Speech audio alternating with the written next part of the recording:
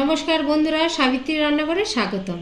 জন্মাষ্টমীর স্পেশাল দুই রকমের নাড়ু বানাচ্ছি, তিলের নাড়ু আর নারকেল নাড়ু। রেসিপিটা একবার দেখে নিন। আমি কড়া বসিয়ে দিয়েছি।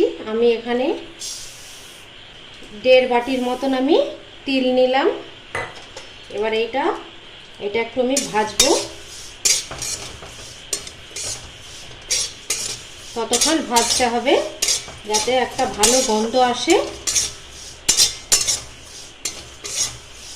2 থেকে 3 মিনিট ভাজলে দেখবেন ভালো একটা গন্ধ আসছে। এটা আমি 2-3 মিনিট ভেজে নেব। এটা এবার আমার ভাজা হয়ে গেছে, দানাগুলো একটু ফুলে ফুলে গেছে, হালকা ব্রাউনও চলে এসছে। এবার আমি এইটাকে নামিয়ে দেব।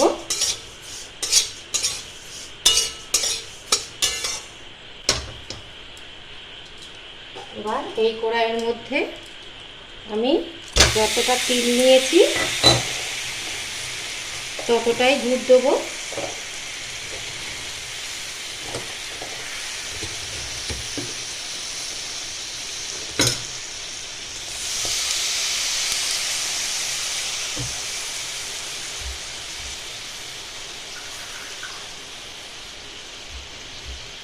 একটু জল দেবো।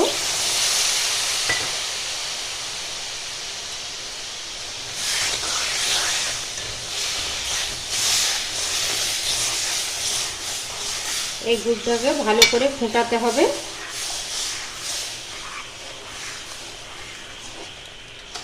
যতক্ষণ না পাক আসে আমি ততক্ষণ এই গুড়টা ফোটাবো।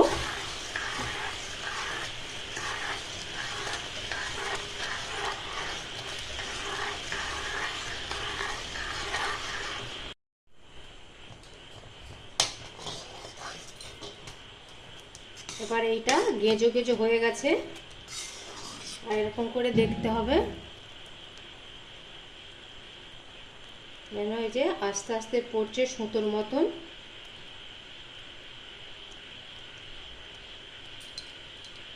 হাতে চিপ চিপ চিপ এরকম তারের মতন আসছে, তাইলে বুঝতে হবে যে হয়ে গেছে এটা।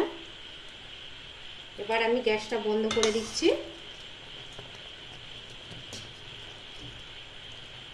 গ্যাসটা বন্ধ করে দিয়ে একটু ঠান্ডা হবে।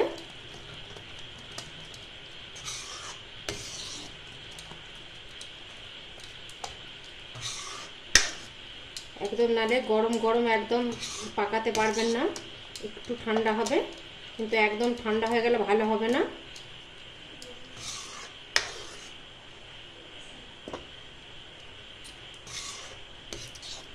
এইটা কিন্তু আমি আখের গুড় নিয়েছি, আপনারা চাইলে ভেলি গুড়ও নিতে পারেন।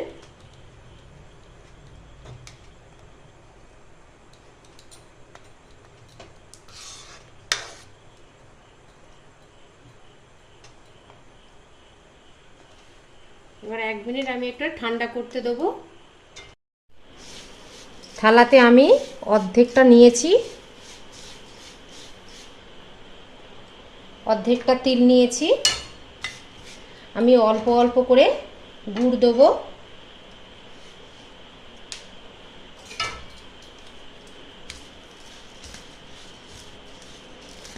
এরকম করে মাখতে হবে গুড়টা।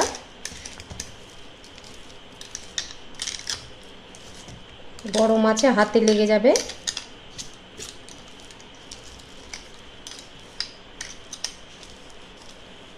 অল্প অল্প দিয়ে অল্প অল্প মাখতে হবে, তাহলে সঙ্গে সঙ্গে বসে যাবে।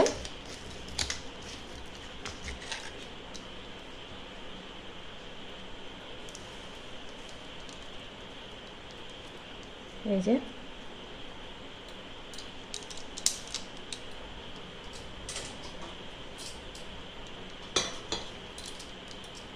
এটা তাড়াতাড়ি করতে হবে, না হলে সঙ্গে সঙ্গে বসে যাবে, আর সাবধানে করবেন।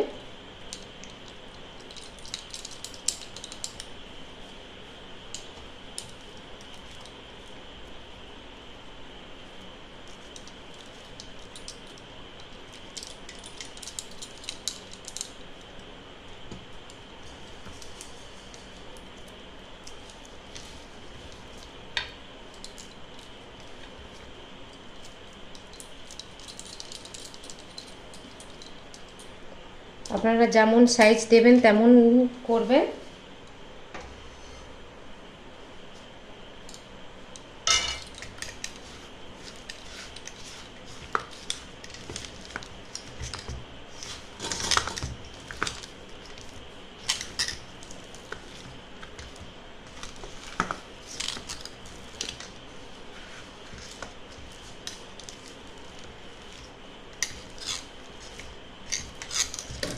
খুন্তিতে যখনই দেখবেন একটু শক্ত শক্ত হয়ে আসছে তখনই নাড়ুটা পাকাতে হবে।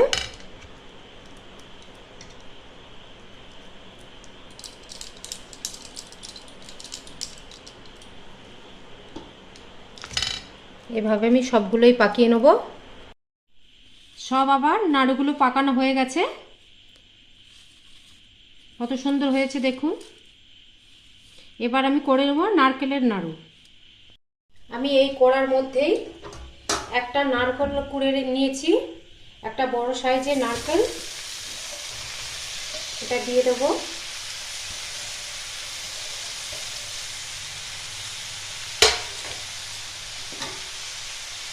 আর এতে হাফ বাটির একটু বেশি গুড় দেবো।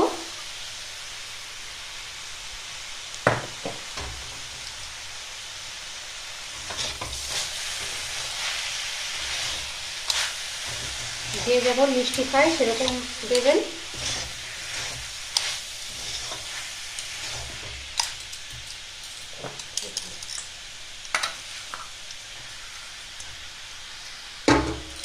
আর একটু গুড় লাগবে আমার, তাই জন্য দিলাম।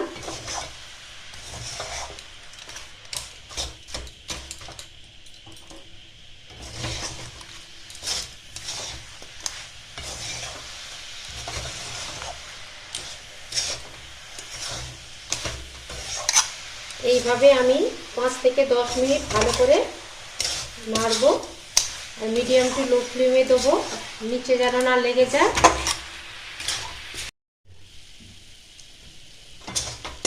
এটা আমার হয়ে গেছে। আমি 10 মিনিট ধরে এটা করেছি। যে খুন্তিতে উঠে যাচ্ছে বা কড়া থেকে উঠে যাচ্ছে, কড়াতে লেগে থাকছে না। এইটা আবার আমার হয়ে গেছে। আমি এবার এটা ঢেলে নেবো। গ্যাস বন্ধ করে দিলাম। এটা একটু আমি ঠান্ডা করতে দেবো, তারপরে নাড়ু পাকাবো। অনেকটা ঠান্ডা হয়ে গেছে, এবার আমি নাড়ুগুলো পাকিয়ে নেব।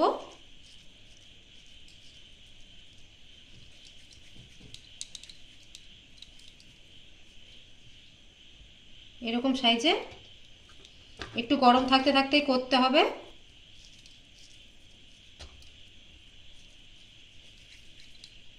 নাহলে বসে যাবে।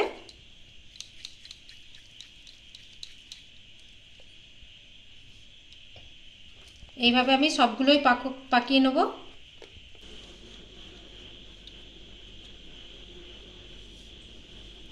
আমার ভিডিওটা ভালো লাগলে লাইক, শেয়ার, কমেন্ট, সাবস্ক্রাইব করতে ভুলবেন না। চলো দেখা হচ্ছে পরের রান্না নিয়ে। টাটা।